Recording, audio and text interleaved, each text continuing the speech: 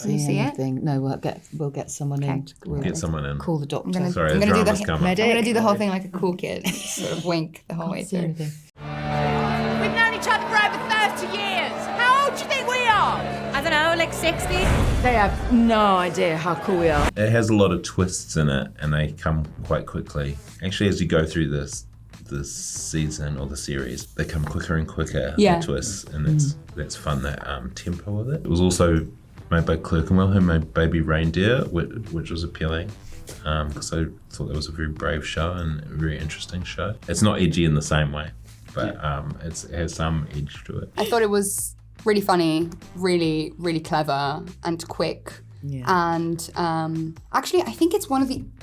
I've never really read a script and then got to set and it was exactly what I read. Do you know what I mean? It is not exactly how I read it. Not for you. That's interesting. But for me, it's exactly how I am. And then saw the edit and it's exactly how I pictured it when I first read the script. I think the script was so detailed and so clever, and like Jemaine said, the pacing, it was all just there. It's very rare, I think. I think you're right. I felt reading the script is one of those scripts. She's one of those writers that if this doesn't work on camera, it's our fault, because it works and we all felt the same didn't we? Yes. On paper, this works. So then the pressure's a little bit on the creative team. Yeah, we got to not mess it up.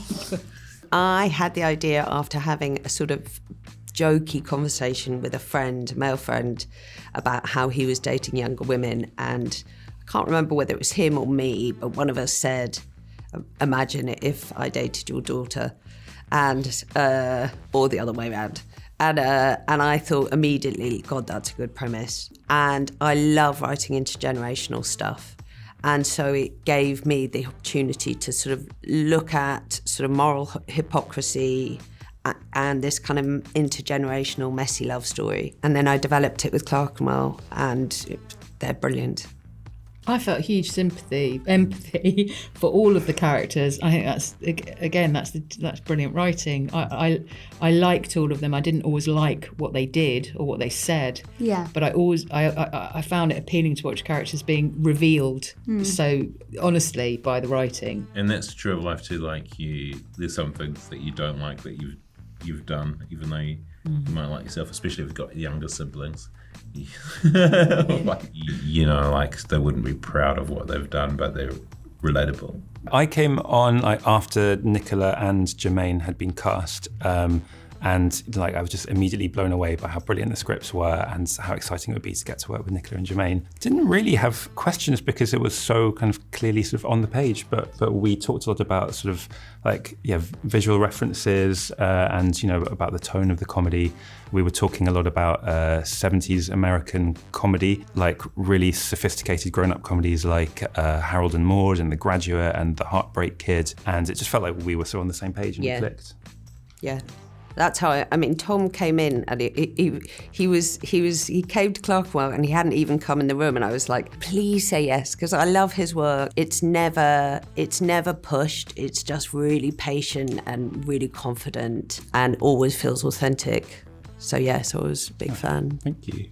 It's like almost every job they say, okay, you've got a week of rehearsal, and it never happens. It's the first thing to drop out of the schedule, but they kept it in the schedule. And it's really helpful. Yeah, and we got to work with each other and sort of find our relationships and kind of the style to a degree in that week. Yeah, we got to do it together with the director and the writer as well. So having them both in the room sort of made their vision very clear, I think, for me. Yeah, totally. Yeah, not just us three, the whole family. The entire cast. Yeah.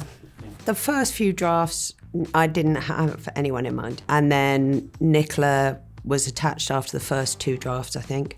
So then I could write the next 4 knowing it was her, and also return to the first 2.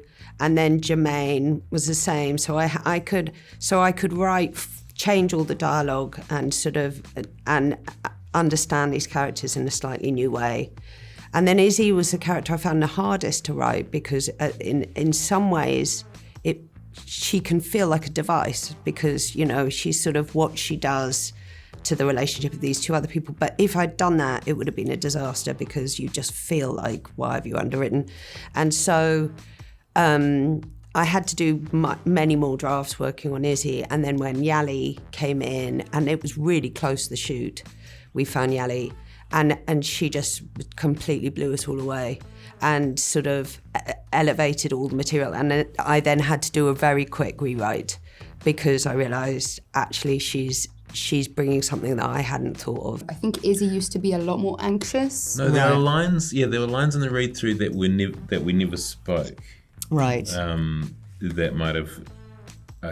I feel like I had some romantic lines to Izzy, which perhaps I didn't quite sell them in the read through, maybe. But there's some things that I enjoyed, and they went there when we did the scenes. Yeah. Just small details, but yeah. Sometimes you might throw in an improv and a read through it, or a rehearsal, and it might make it into the script occasionally. I spent too much time on set, poor Tom. I was like, what are we doing now? It took so long to write, and it's the first show. I've written on a lot of other shows, but not as the only writer. And so I think I just wanted to kind of seem like I had control, even though really I had none. So I was like, hey, Tom, every day. And then as it went on, I started realising, oh, maybe I could just sleep in today. And then post-production, I was hardly there. So I'm not very good early on in the edit because I'm quite an anxious person. We all knew it was better for me to come see it once it was sort of... once Tom was happy with the edit. And actually Tom's a really brilliant editor, so it was all really good at doing the edit process. So I wasn't really involved. Yeah. But it was really helpful having Sophie on the set in case we had any questions, in case there was new lines could be talked about. And also I feel like Sophie has something in common with Alice. So I feel like Nicola was watching you just to get a sense of like, how would Alice do this? A lot of the scenes could either be really painful, or they could be really funny, or a bit of both. And I think it is actually a bit of both. And I sometimes didn't know how upset you were going to be, like your character's really upset, and I hadn't pictured that. And it creates a whole atmosphere around it, which is quite exciting.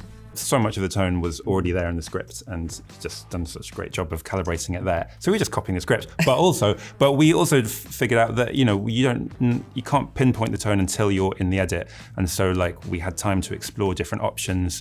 What's like a slightly funnier version? What's like the more dramatic version? But the main guiding light was just that it had to really feel real, and you had to definitely believe that this event has happened and that these people genuinely care about each other. So as long as it felt real and we had options to sort of bring the comedy up and down in the edit, we knew we'd be all right. I have got to say that every time I got to act with Marcia Warren, and I think we all feel the same, that woman is a genius. She's flawless. The most amazing thing that she does is she's funny when she's playing a scene when she's asleep. Yeah, how do you do that? She steals the scene. Yeah, she's just asleep by being at the back. asleep. Yeah, just her experience and her technical ability is incredible. She I mean, talk about nail a line. She just because something in my eye. She just comes in. Sorry, something in my eye, and I can't see anything. No, we'll get someone in. We'll get someone in. Call the doctor. Sorry, the drama's coming. I'm gonna do the whole thing like a cool kid, sort of wink the whole way through.